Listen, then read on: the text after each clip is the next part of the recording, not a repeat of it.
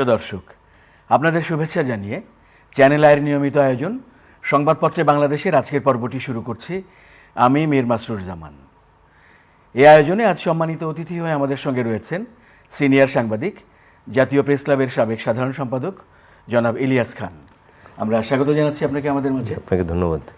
প্রিয় দর্শক, আমরা এই আয়োজনে গণমাধ্যমের শিরোনামগুলোকে ঘিরে চলমান পরিস্থিতি নিয়ে আলোচনা করি, বিশ্লেষণ করি। তবে আমরা জানি যে আজ 10ই মহরম, পবিত্র আশুরা। এই দিনটি ধর্মপ্রাণ মুসল্লিরা ইবাদত বন্দিগির মধ্য দিয়ে পালন করছেন এবং শোকাবহ ইতিহাসের কথা স্মরণ করছেন। আমরা এই প্রসঙ্গটিকে ঘিরে আমাদের সম্মানিত অতিথির সঙ্গে আজকের সূচনা আলোচনাটি করতে চাই।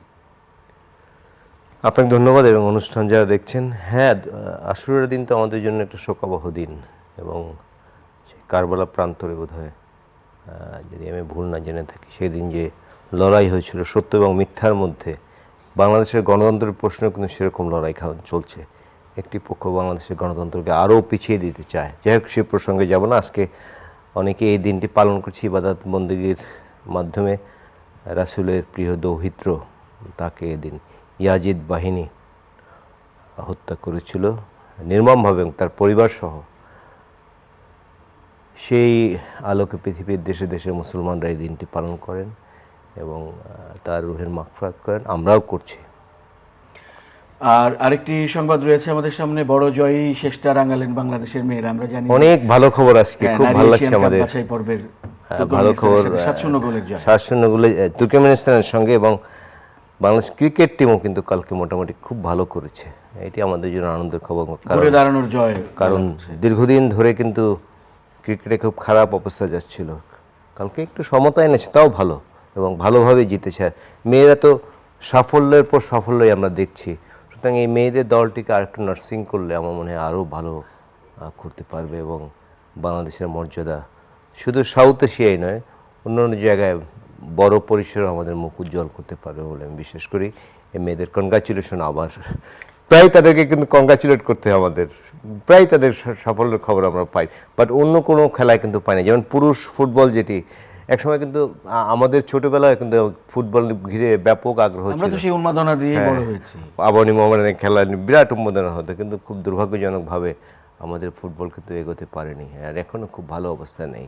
সুতরাং মেয়েরা খুব ভালো করছে, তাদেরকে আবার কনগ্রাচুলেশন এবং তাদের সামনের দিনগুলোর জন্য শুভকামনা রইল। আমরা এবার যথারীতি এই আয়োজনের যে মূল প্রতিপাদ্য থাকে, রাজনৈতিক বিষয়গুলো বিশ্লেষণ করা, আমরা সেই আলোচনায় যাই। আমাদের সামনে যে একটি শিরোনাম রয়েছে, প্রস্তুত অপকর্মকারীদের তালিকা বিএনপিতে শুদ্ধি অভিযান। আমরা দেখছি যে শৃঙ্খলা ভঙ্গের দায়ে বিএনপি কর্মীদেরকে বিভিন্ন ক্ষেত্রে বহিষ্কার করার একটি দীর্ঘ তালিকা এরই মধ্যে আমাদের সামনে সংবাদ। আসলে হয়েছে কি, বিএনপির বিরাট দল, বাংলাদেশের বৃহত্তম দল, অসংখ্য নেতাকর্মী রয়েছে। বাট আপনি লক্ষ্য করবেন যে 5ই আগস্টের পরে বা আগে থেকেও, আগে তো ধরুন বিএনপি কর্মীরা ঘরে থাকতে পারেন না, তারা পালিয়ে বেরিয়েছেন, জেলে থেকেছেন, জঙ্গলে থেকেছেন, তারা কোথাও ঠিকভাবে থাকতে পারেন। বাট 5ই আগস্টের পরে বিএনপি নেতাকর্মী অনেকের নামে অভিযোগ এসেছে এবং বিএনপি যিনি ভারপ্রাপ্ত চেয়ারপারসন, তিনি কিন্তু প্রথম থেকেই কড়া হুঁশিয়ারি দিচ্ছেন এবং সফলতাও পেয়েছেন। এই জন্য বলবো, ধরুন কোটি কোটি কর্মী, বাংলাদেশে বিএনপি এবং আওয়ামী লীগ এই দুটি দলের সবচেয়ে বেশি নেতাকর্মী, কিন্তু খুব বেশি লোক কিন্তু এই অপরাধে জড়িত না, খুব অল্প সংখ্যক লোক। সেটি সব দলেই আছে। আর বাংলাদেশের রাজনৈতিক সংস্কৃতি দুর্ভাগ্যজনকভাবে অনেকটা এরকম। হ্যাঁ, সে কারণে বিএনপি চেয়ারপারসন তিনি প্রথম থেকে বলছেন এবং অনেকের বিরুদ্ধে, এই 2 দিন আগেও দেখছেন যে এই মহাখালী একটি হোটেলে মারামারি করেছে, তাদের বিরুদ্ধে একদম সঙ্গে সঙ্গে ব্যবস্থা নিয়েছেন।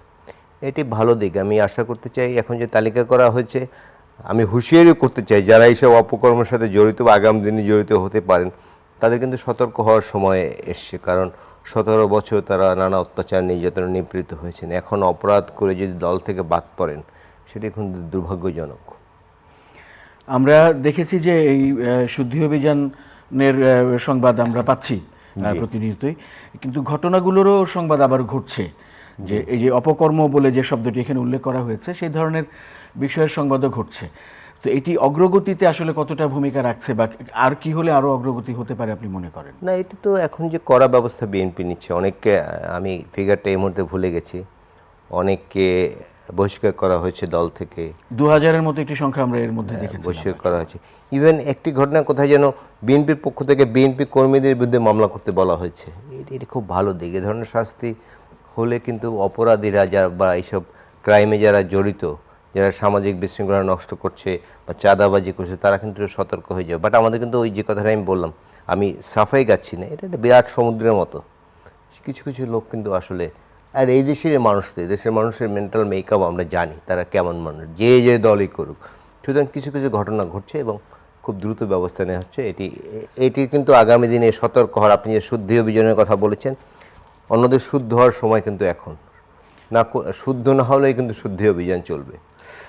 প্রাসঙ্গিকভাবে যদি বলা যে একটি তো হচ্ছে যে অপকর্ম দেখলে ব্যবস্থা নেওয়া বা ইত্যাদি, কিন্তু রাজনৈতিক কোনো পদপদবিতে থাকলে, কোনো রকম ক্ষমতা ধারণ করলে তার সঙ্গে সন্ত্রাস বা নৈরাজ্যকর কোনো আচরণ করা, হ্যাঁ, যেমন আমরা বলি যে চাঁদাবাজি বা সংঘর্ষ ইত্যাদিতে জড়িয়ে পড়া, এর যে সংস্কৃতিটি মাঠ পর্যায়ে বা বিভিন্ন পর্যায়ে, এর থেকে মুক্তির উপায় হিসেবে আপনি কি সুপারিশ করেন? আসলে আমাদের মেন্টাল মেকআপ চেঞ্জ করতে হবে। আমাদের শুধু শাস্তি তো একটি বিষয়, কিন্তু সংস্কৃতিটা কিভাবে মানুষের, ধরুন বাংলাদেশের মানুষ, আমি জানি না যে দলই করুক, আমাদের মেন্টাল মেকআপটা এরকম। আমি যখন রাজনীতি করব, আমি নানা অন্যায় অপরাধে অনেকে জড়িয়ে যান, এটি কিন্তু আমাদের এখানে হচ্ছে। মানুষের যদি সুশিক্ষা না থাকে, সুশিক্ষা, নৈতিক শিক্ষা এগুলো হলে কিন্তু আসলে মানুষ চেঞ্জ হবে বলে আর আমাদের সংস্কৃতিটা এমন যে কেমন যেন চাঁদাবাজি বা আমি চাঁদা দিয়ে টিকে থাকতে চাই, এইরকম একটা মানসিকতা কিন্তু আছে। রুখে দাঁড়ানোর লোক কিন্তু খুব কম।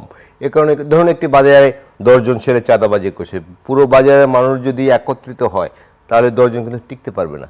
কিন্তু আমরা কোনো প্রতিরোধ করি না, এটি হচ্ছে। তো আমি মনে করি নৈতিক শিক্ষা এগুলো খুব জরুরি। এগুলো হলে কিন্তু এইসব চাঁদাবাজি বন্ধ হয়ে যায়। অন্য কারণও আছে, ধরুন এই সামাজিক নানা বিশৃঙ্খলা চলছে, দেশের বিরাট অংশের যুবকরা বেকার, প্রতি বছর বিশ্ববিদ্যালয় থেকে অনেক গ্রাজুয়েশন ডিগ্রি নিয়ে বের হয় কিন্তু চাকরি পায় না। এইসব নানা কারণে এইসব চাঁদাবাজি এগুলো ঘটছে। শিরোনামে আমরা দেখতে পাচ্ছি যে নির্বাচন প্রশ্নে জামায়াতে ইসলামী এবং ইসলামী আন্দোলন ঐকমত্যে পৌঁছেছে। আবার বিএনপিকে আনুপাতিক উচ্চকক্ষে রাজি করাতে পিআর পদ্ধতির চাপ। আমরা দেখতে পাচ্ছি যে এগুলো নিয়ে এক ধরনের দ্বান্দ্বিক পরিস্থিতি রয়েছে। আনুপাতিক পদ্ধতির নির্বাচন না প্রচলিত পদ্ধতি বাংলাদেশে একদমই সম্ভব না।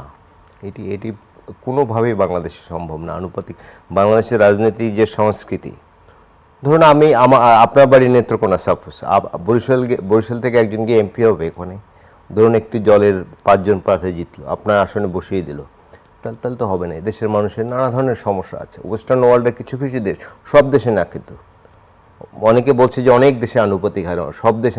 আর গণতন্ত্র তো আনুপাতিক হার না, বল যে 100% ভোটারের সমর্থন। এই আপনার পরিবারে 5টি ভাই আছেন বা 5 জন মেম্বার, 3 জন মেম্বার যেদিকে বলে সেটি তো আমরা মেনে নিই, তাই না? বা গ্রাম্য সালিশি দেখেছেন, 10 জন সালিশ, 6 জন যেটি বলে সেটি কিন্তু আমরা মেনে নিই। 10 জনের মতামত নিয়ে এখানে বলা হচ্ছে যে 100% ভোটারের মতামত এখানে প্রতিফলিত হবে। এটা তো গণতন্ত্র না। আমি কাকে ভোট দিব এটা তো আমার জানতে হবে। না আমি একজন ভালো মানুষ দেখে ভোট দেওয়ার চেষ্টা করব, কিন্তু এখানে তো একদম গণতন্ত্রের বিপন্ন অবস্থা। এইগুলো নির্বাচন পেছানোর একটি কৌশল, আর কিছু না। নির্বাচন একটি পেছানোর কৌশলও আপনি বলতে পারেন বা অপচেষ্টাও বলতে পারেন। কারণ একটি শক্তি আছে যারা বাংলাদেশের গণতন্ত্র বিকশিত হোক, সামনের দিকে এগিয়ে যাক, সেটা চায় না, যে কারণে তারা এইসব চেষ্টা করছে বলে আমি মনে করি। আমরা আরেকটি বিষয় মানে নির্বাচন সামনে রেখে যে আলোচনা হচ্ছে, তার মধ্যে এটিও সংবাদের ভেতরে আমরা প্রায় প্রতিদিনই দেখতে পাচ্ছি, সেটি হচ্ছে যে স্থানীয় নির্বাচন আগে হবে না জাতীয় নির্বাচন আগে হবে। আমরা বিশ্লেষকদের বিভিন্ন রকম বক্তব্য পাচ্ছি। বাংলাদেশে যে শেখ হাসিনার পতন ঘটেছে, তো আর একটা নতুন গণতান্ত্রিক সরকার আনার জন্য নাকি? আরেকটি গণতান্ত্রিক সরকার, স্থানীয় সরকার নির্বাচনের জন্য তো না। আর স্থিতিশীল সরকার ছাড়া দেশের যে আইন শৃঙ্খলা পরিস্থিতি, এই অবস্থায় স্থানীয় সরকার নির্বাচন হলে ব্যাপক হানাহানি হবে। এটা দরকার নাই তো। এটিও নির্বাচন পেছানোর কৌশল। আপনি দেখুন যে নিশ্চয়ই আপনার মনে আছে, আপনি আন্দোলনের মাঠে ছিলেন, আমরাও ছিলাম। এরশাদের পতনের পরে 90 দিনের মধ্যে কিন্তু নির্বাচন হয়েছিল, এবং নির্বাচনে কিন্তু বিএনপি ক্ষমতা, আওয়ামী লীগ বিরোধী দল আছে। বলা হচ্ছে যে নির্বাচন কমিশনকে টেস্ট করবে যে তারা সক্ষম কিনা। স্থানীয় সরকার নির্বাচন দিয়ে টেস্ট করার দরকার নেই। 90 সালে আমরা নির্বাচন দেখেছি, সরাসরি জাতীয় সংসদ নির্বাচন হয়েছে। আর সরকার পরিবর্তন হয়েছে 8টা নতুন সরকার গঠন করার জন্য, স্থানীয় সরকারের জন্য এটি পরিবর্তন হয়। সুতরাং আমি মনে করি আগে একটি স্থিতিশীল সরকার, গণতান্ত্রিক সরকার আসা উচিত, এবং তারপরে সবগুলো স্থানীয় সরকার নির্বাচন যেটা করা দরকার সেগুলো করা উচিত, না হলে দেশব্যাপী একটা বিরাট বিশৃঙ্খলা সৃষ্টি হবে। আরও একটি বিষয় তো আছে, স্থানীয় সরকার তার নির্বাচন কমিশনকে পরীক্ষা করতে চায় বললো, তো যে দল হারবে এমন দল আছে বাংলাদেশে, এখানে মুখরোচক রাজনীতি বক্তৃতা দেয় ঢাকায়, কিন্তু বাংলাদেশে কোথাও একটি আসনও পাবে না, মেম্বারও জিতবে না, চেয়ারম্যানও জিতবে না, কিন্তু তখন তো বলবে যে নির্বাচন সুষ্ঠু হয় না। সুতরাং পরীক্ষা করার তো সুযোগ নেই। সুতরাং আমি মনে করি এইসব খেলা না খেলে, যেমন বলা হচ্ছে বিচার আগে বিচার, বিচার তো দীর্ঘ প্রক্রিয়া, বহুদিন লাগবে, বলে আগে বিচার এবং সংস্কার শেষে নির্বাচন। নিশ্চয়ই আপনার মনে আছে যে যুদ্ধাপরাধীর বিচার আওয়ামী লীগ কিন্তু প্রথমবার ক্ষমতায় এসে শুরু করেছিল, তারা কিন্তু শেষ করে যেতে পারেনি, যদিও বিচার নিয়ে নানা প্রশ্ন রয়েছে, তারা কিন্তু শেষ করে যেতে পারেনি। যে যতগুলি মামলা হয়েছে বিচার হতে লাগবে 100 বছর বা তারও বেশি, তো সেই পর্যন্ত বাংলাদেশের মানুষ ওয়েট করবে? তারপর সংস্কার কথা বলা হচ্ছে, সংস্কার তো অনেক বিষয়ে ঐকমত্য হয়েছে, প্রয়োজনীয় সংস্কারগুলো করে একটা নির্বাচন দেওয়া উচিত। নির্বাচন তো বিরাট সংস্কার। একটি সুষ্ঠু গণতান্ত্রিক ব্যবস্থা যদি প্রবর্তিত হয় তাহলে আমাদের নানা সংকট কিন্তু কেটে যাবে। কিন্তু বলা হচ্ছে আগে বিচার প্রক্রিয়া তো শুরু হচ্ছে না, এবং শেখ হাসিনা তো 6 মাস জেলও হয়েছে। সুতরাং আর যে মামলাগুলো রয়েছে এগুলো শেষ করতে বহুদিন লাগবে। এগুলো হচ্ছে নির্বাচন পেছানোর কৌশল। কারণ কিছু দল এখন নানা ধরনের সুযোগ সুবিধা পাচ্ছে ক্ষমতায় না থেকে। ক্ষমতায় কোনো গণতান্ত্রিক শক্তি আসলে তারা কিন্তু এই সুযোগ সুবিধা পাওয়ার সম্ভাবনা খুব কম। এই জন্য তার চেয়ে সরকারটা একটু প্রলম্বিত হোক, তারা এই সুযোগ সুবিধা এনজয় করে। অনেক দল মনে করছে আমাদের এখন জনভিত্তি নেই, আমরা এই সময় নিয়ে একটু জনভিত্তি আমরা দাঁড় করাতে পারি কিনা দেখি। এই যে এগুলো গণতন্ত্রের জন্য সুখকর না। আমি মনে করি এখন একটি সুষ্ঠু নির্বাচন দিয়ে একটি প্রকৃত গণতান্ত্রিক সরকার যাতে প্রতিষ্ঠিত হয়। কারণ দেশে আপনি দেখুন স্থিতিশীল সরকার না থাকায় আমাদের বিনিয়োগ নেই, দেশীয় বিনিয়োগও নেই, বিদেশি বিনিয়োগ নেই, নানা সংকট সৃষ্টি করছে। কিন্তু সুতরাং খুব দ্রুত স্থিতিশীল সরকার প্রতিষ্ঠা করা উচিত বলে আমি মনে করি। তারপরে যদি বলা হয় যে নির্বাচন যাতে সত্যিকার অর্থে একটি পরিশুদ্ধ গণতন্ত্রের দিকে বাংলাদেশকে নিয়ে যায়, সেরকম চিন্তা করে যদি বলা হয় যে আপনি কি কি প্রস্তাব দেবেন যে নির্বাচনের আগে এই কাজগুলো করা উচিত? হ্যাঁ, সেগুলো তো আলোচনা হচ্ছে বিভিন্ন দলের মধ্যে। যেমন প্রশাসন নিরপেক্ষ থাকা সবচেয়ে জরুরি, কারণ আমাদের মনে রাখতে হবে ইলেকশন কমিশন কিন্তু ছোট্ট একটি বিষয়, তারা কিন্তু নির্বাচন সুষ্ঠু করা তাদের কিন্তু ক্ষমতা নেই। প্রশাসন, আইনশৃঙ্খলা রক্ষাকারী বাহিনী, ইভেন রাজনৈতিক দলগুলোরও ভূমিকা পালন করতে হবে। রাজনৈতিক দলগুলো যদি সেন্টার দখলের প্রবণতা থাকে যে আমি সেন্টার দখল করে নেব, তাহলে তো প্রশাসন কিছু করতে পারবে না, আইনশৃঙ্খলা রক্ষাকারী বাহিনী সবসময় করতে পারে না। কারণ হাজার হাজার মানুষ সেখানে 8-10 জন পুলিশ বা অন্যান্য আইনশৃঙ্খলা বাহিনীর সদস্যের সাথে কিচ্ছু করতে পারবে না। সুতরাং আমাদের সবার বোধোদয় হওয়ার একটা সময় এসছে, কারণ আমরা অনেক প্রতারিত হয়েছি। 90-এর গণ আন্দোলন হয়েছে, তার যে সুফল পাওয়ার কথা ছিল আমরা পাইনি।